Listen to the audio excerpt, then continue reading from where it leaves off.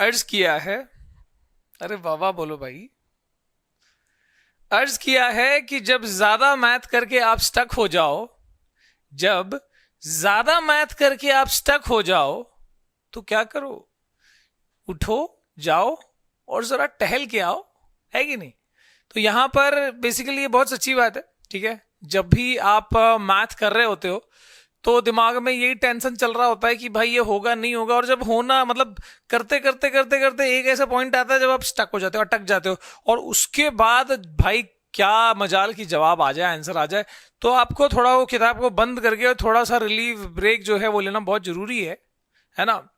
और इसी तरह का कुछ कुछ जो है यहाँ पर मैं आपको इंपॉर्टेंट पॉइंट्स बताने वाला हूं जो कि एक टॉपर फॉलो करता है जरूर, और आपको भी उसी तरीके से करना चाहिए, क्योंकि कई बार ऐसे होता है कि मैथ जो है अपने आप में एक पूरा सब्जेक्ट जो है बहुत वास्ट माना जाता है, काफी चीजें होती है।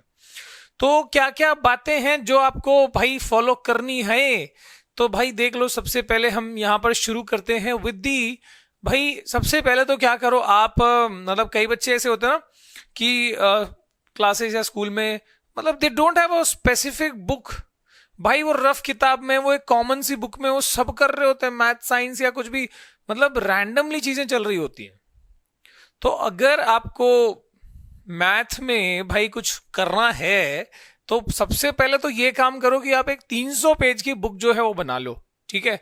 ऐसा नहीं कि 300 पेज की बुक में आपका पूरा साल निकल जाएगा, पर उसी तरह की दो चार बुक में आपका एटलीस्ट जो है पूरा सिलेबस होगा, और जिसको कभी भी आप जाके बैक चेक कर सकते हो कि भाई ये सवाल कैसे किया था, मैंने कहाँ अटका था, वो सब चीजें आपके पास रिकॉर्ड में होंगी।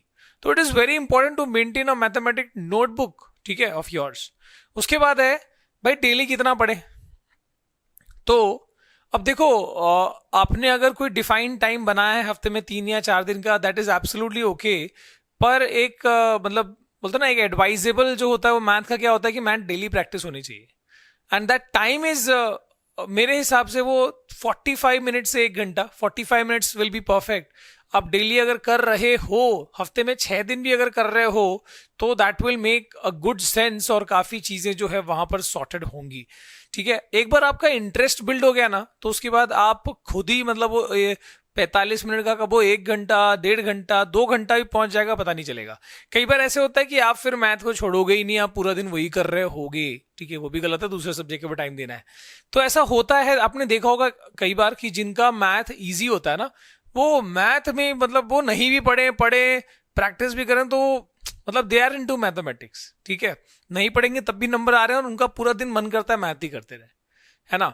तो ये इसलिए होता है कि भाई उन्होंने टाइम स्पेंड किया, और जरूरत है कि भाई जो बच्चा यहाँ कमजोर है उन सबको ये करना होगा, ठीक है। डेली टाइम स्पेंड करना होगा मैथ के अंदर। उसके बाद टेक्स्ट बुक एग्जाम्पल को ओवरलुक करो प्रायर टू द क्लास, ये भी बहुत जरूरी होता है। प्रायर टू द क्लास इसलिए बोल रहा हूँ कि that will give you that advantage, ठीक है।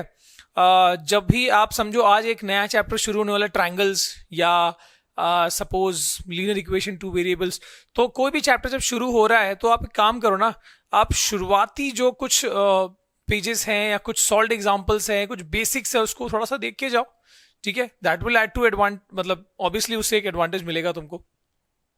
एक और पॉइंट क्या है ना इसमें, मैं इसी में जोड़ूंगा कि जब भी आप कोई एक्सरसाइज, मैथ्स का कोई चैप्टर का एक्सरसाइज आप कर रहे हो, तीन तीन चार एक्सरसाइज फॉर एग्जांपल एक चैप्टर में है, तो आप उससे हर एक्सरसाइज के पहले जो सॉल्व एग्जांपल्स होते हैं ना, उसको एक बार अच्छे से ध्यान से देख लो। फॉर्मूलाज आपके पास होंगे, और उसके बाद ध्यान से देख लो, देन यू विल मूव, तो उसके बाद काफी चीजें ना जो है ना वो क्लियर रहेंगी, ठीक है। तो सॉल्व एग्जांपल्स का भी अपना एक इंपॉर्टेंस होता है।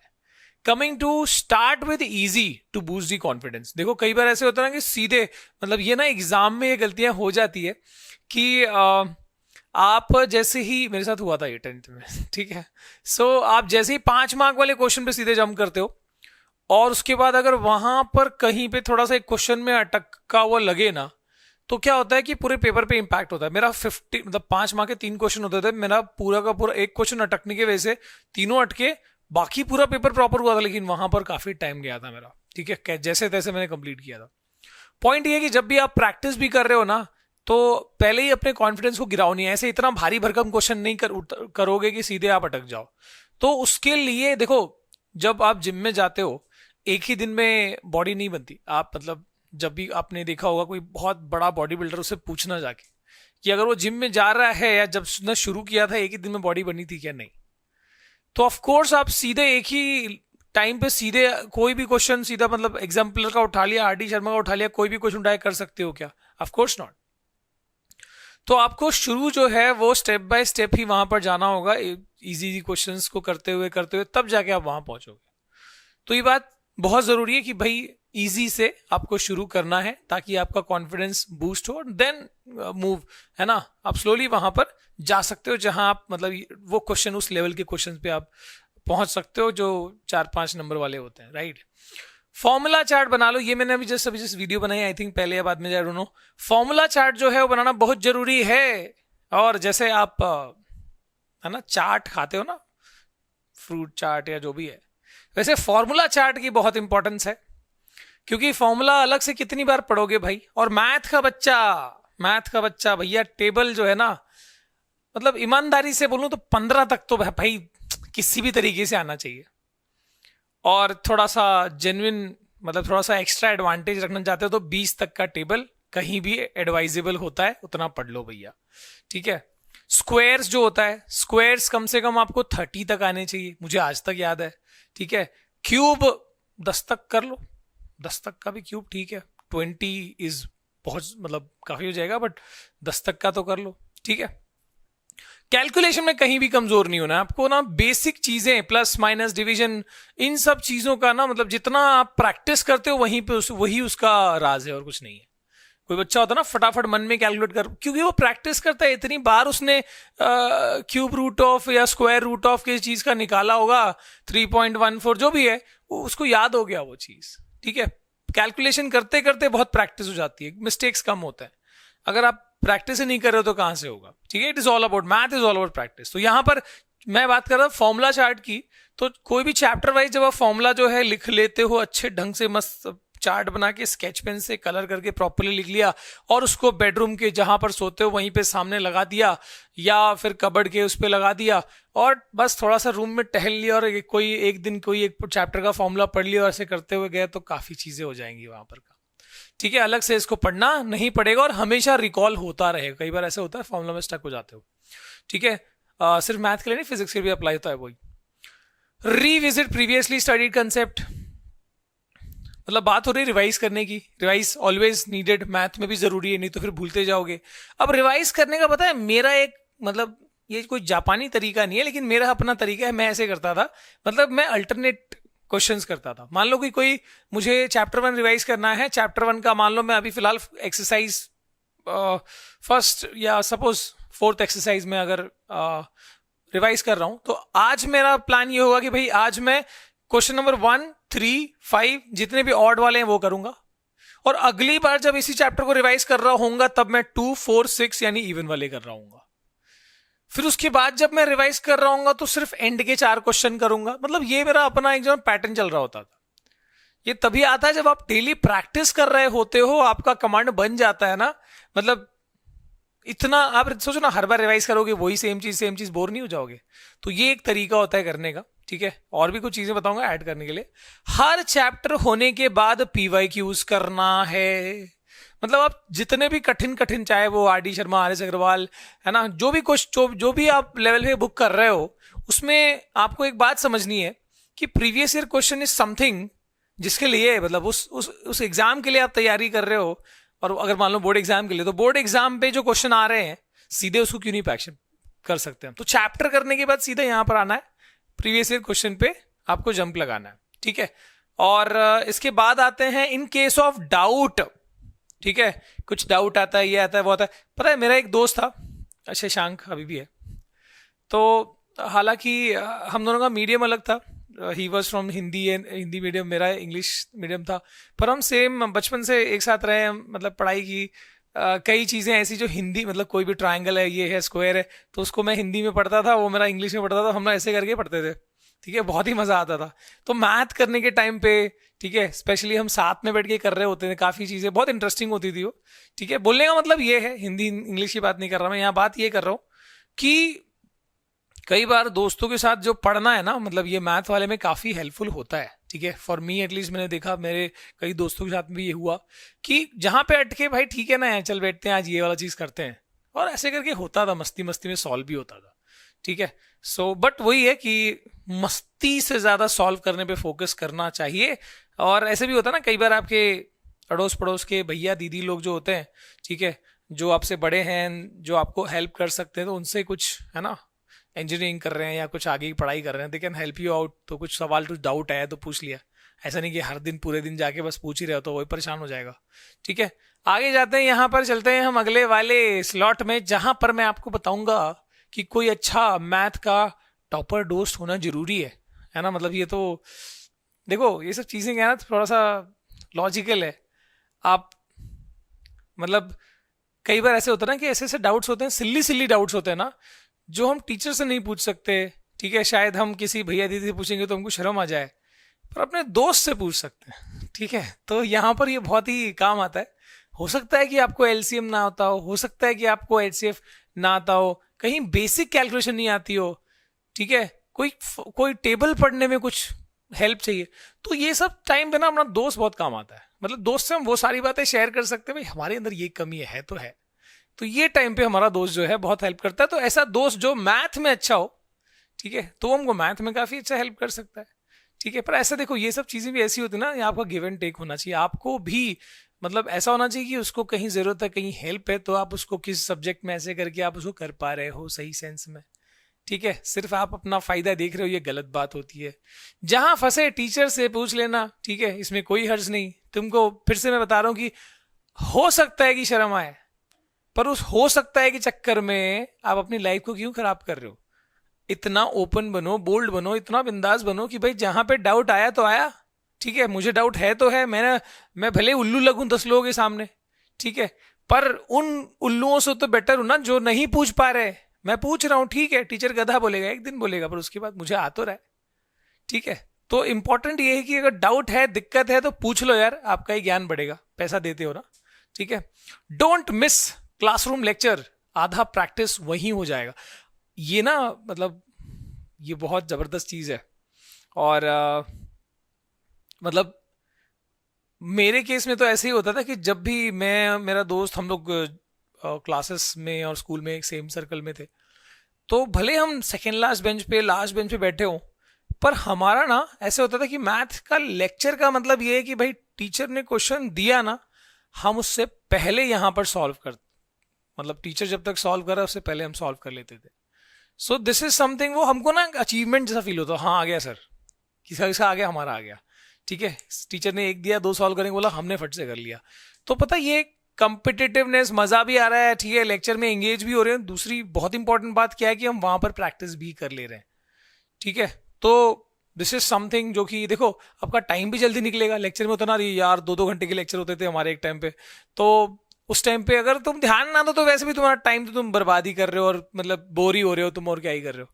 पर तुम अगर एंगेज होके सॉल्व कर रहे हो, तुम्हारा प्रैक्टिस भी वहीं हो रहा है, पढ़ाई भी वहीं हो जा रही है, मतलब आप वहीं पर अपना पढ़ाई कर ले रहे हो। बहुत बड़ा एडवांटेज होता है इसका। ठीक है, कहीं दिक्कत आई, डाउट आई, टीचर वहीं पर है। इसके बाद है कि कई बच्चों को दिक्कत ये होती है कि सर मैथ डिफिकल्ट है यार, मतलब सीधी बात है, मैथ डिफिकल्ट है, मतलब मैं डायरेक्ट बोल रहा हूं। तो मैथ डिफिकल्ट सोचो ना किस लिए है, क्यों है, और जिसका इजी है क्यों है। जिसका इजी है वो इसलिए है कि उसने टाइम स्पेंड किया, उसने जब डिफिकल्टी आ रही थी तो उसको उस वक्त उसने टाइम डाल के और उसको सॉल्व करता गया, एक एक स्टेप आगे बढ़ता गया, एक एक कदम आगे बढ़ता गया, और आज जाके उसको इजी पड़ गया। कोई भी चीज की शुरुआत मुश्किल होती है। एक सिंपल सा एक साइंस है ये, 11th फिजिक्स में एक क्वेश्चन है, ठीक है, मैकेनिक्स में, जहां पर ये बोला जाता है कि एक रोड रोलर जो होता है ना, या एक लॉन रोलर जो होता है, लॉन रोलर, ठीक है ना, जो क्रिकेट का जो पिच के ऊपर जो घुमाते हो रोलर, तो उसको ना इट इज या चलो इसको हटा देते हैं, वो थोड़ा सा अलग हो गया। एक सिंपल सा मैं मैकेनिक्स बताता हूं कि कोई गाड़ी को आप धक्का मार रहे हो, तो आप जो धक्का मार रहे हो ना, तो उस टाइम पे मतलब जब वो मोशन शुरू करेगा, ज्यादा फोर्स सबसे वहीं लगता है। एक बार जब वो मूव करना शुरू हो गया और तब उसको मूव कराना है ना, विदाउट इवन इंजन शुरू करे बिना भी आपको मूव कराना, उसके बाद इजी हो जाएगा कोई भी चीज। तो आप ये समझो कि it always takes more effort to start. पर एक बार जब आप शुरू कर देते हो उसके बाद की कहानी बहुत बहुत आसान होती है, आधे से भी कम एफर्ट में आपका काम हो रहा होता है। तो ये बात समझना कि भाई अगर आपको सब्जेक्ट को इजी बनाना है, मैथ को इजी बनाना है, तो करते जाओ, ठीक है। धीरे धीरे इंटरेस्ट और कॉन्फिडेंस दोनों आएगा, ठीक है। बाद में बहुत कम एफर्ट में भी काम हो जाएगा। देखो यहां भी जुमला बन गया, करते जाओ धीरे धीरे इंटरेस्ट और कॉन्फिडेंस दोनों आएगा, बाद में बहुत कम एफर्ट में आपका भी काम हो जाएगा। तो ये भी समझो कि जिसके लिए इजी है उसके लिए इसलिए इजी है क्योंकि एक टाइम पे उसने फट्टे मेहनत की है। आप आज कर लो, कल इजी हो जाएगा, ठीक है। अगला है डिलीटेड सिलेबस का पूरा आइडिया रखो, है ना। You should have a clear check of the deleted syllabus. भाई क्या पढ़ना है क्या नहीं पढ़ना है, बोर्ड एग्जाम की तैयारी करनी है तो ध्यान रखना पड़ेगा। इंडेक्स में सीधा मार्क कर लो, भाई ये चीजें करनी है, ये चीजें नहीं करनी है, सीधे खत्म हो गया यहाँ पर। हाई लेवल करना है तो एनसीईआरटी एग्जाम्पलर उठाओ, अगर सीबीएसई के बच्चे हो तो हाई लेवल करना है तो एनसीईआरटी एग्जाम्पलर उठाओ, ठीक है। काफी अच्छे लेवल के क्वेश्चंस होते हैं। अगर आपके पास आर.डी. शर्मा, आर.एस. अग्रवाल है तो फेयर इनफ, नहीं है तो भाई ये सब चीजें काम चल जा रही है। अगर इस साल अगर आप देख रहे हो, इस साल के बच्चे हो, तो हमारा जो एड्यू बुक है इसके अंदर हम डिस्क्रिप्शन में चेक कर लेना, उसमें ये सारी चीज़ों का जबरदस्त मिश्रण है, एवरीथिंग, हर चीज़ का पावर पैक है वो। तो आप जो है आपका पूरा साल का तैयारी वहाँ पर, चाहे वो PYQ हो, चाहे वो प्रीवियस, चाहे वो आर.डी. शर्मा का कॉम्बिनेशन हो, ठीक है। अच्छे क्वेश्चंस वहाँ से आर.एस. अग्रवाल के, ठीक है, आपके टेक्स्ट बुक के सभी कॉम्बिनेशंस को वहाँ पर अच्छा से दिया हुआ है, तो यू कैन चेक। और जो बच्चों ने यूज किया है ऑलरेडी नीचे आप बता सकते हो, ठीक है। इसके बाद early morning is best suited, ये तो हमेशा बोलता हूं मैं, ठीक है, कि अगर हो सके तो अपनी जो शुरुआत है ना, अर्ली मॉर्निंग वाली जो शुरुआत है ना, ठीक है, थोड़ा सा मैथ्स के साथ कर लो, ठीक है। और this will be like a dose, अगर आप वहां पर, क्योंकि कई बार होता है कि आपका ध्यान ये वो सब चीजें बाकी टाइम पे उतनी जबरदस्त नहीं होती जितनी कुछ केसेस में। अब वो सूर्यवंशी, चंद्रवंशी, कौन से कैटेगरी में आप आते हो भाई। आप अर्ली मॉर्निंग में पढ़ सकते हो या नाइट आउल की तरह पढ़ सकते हो, डिपेंडिंग ऑन यू। लेकिन शांत वातावरण में पढ़ने से मैथ जो है ना जबरदस्त दिमाग में घुसता है, ठीक है, और कम फंसता है। मेरे केस में सुबह होता था, आपके केस में क्या है बता देना, ठीक है। म्यूजिक कुछ लोगों को हेल्प करता है, कुछ लोगों को नहीं भी कर सकता, ठीक है। बट वो म्यूजिक भी ऑब्वियसली स्लो और सूदिंग होना चाहिए, ठीक है। नन्ना नाच नाच नाच ऐसा वैसा बड़ा बड़ा गाना जो है अगर आप सुन रहे हो सकता है कि उतना काम ना करे, ठीक है। थोड़ा सा ऐसा रिलैक्सिंग म्यूजिक होना चाहिए और ज्यादा लाउड नहीं होना चाहिए, ज्यादा हेल्प करता है वहां पर, ठीक है। पर सभी के इसमें हेल्प करे जरूरी नहीं है, ठीक है। Practice will make it easy, again वही चीज को मैं बता रहा हूँ, प्रैक्टिस प्रैक्टिस प्रैक्टिस। मैथ्स में तो सबसे इंपॉर्टेंट है प्रैक्टिस, ठीक है। तो इसी के साथ, ठीक है, आज के समाचार समाप्त करता हूं, ठीक है। इसमें से आपको कौन सी पॉइंट्स आपके लिए टेक अवे है, ठीक है। कई केसेस में जैसे म्यूजिक वाला किसी में वर्क करे किसी में नहीं करे, तो आपके केस में कौन सी ऐसी 5 पॉइंट्स है जो आप यहां से ले जाने वाले हो, मुझे बताना, ठीक है। इसके अलावा कौन सी टेक्निक आप यूज करते हो मैथ में और किसके केस में वो वर्क कर रहा है आप बताइएगा। इसी के साथ आज की कहानी को हम यहाँ पर एंड करते हैं, ठीक है। एग्जाम है, तैयारी करते रहो, ठीक है, और मेहनत करते रहो, जरूर जो है ये चीज इंटरेस्टिंग होती जाएगी, ओके। और टॉपर बनना, देखो ये कंपटीशन जो है ना ये खुद से करना है, दूसरों से नहीं करना है। पहले तो ये रखो, शांति रहेगी, and then you will do it, ठीक है। चलो गाइज, इसी के साथ लेट्स क्लोज, ठीक है। All the best, bye bye.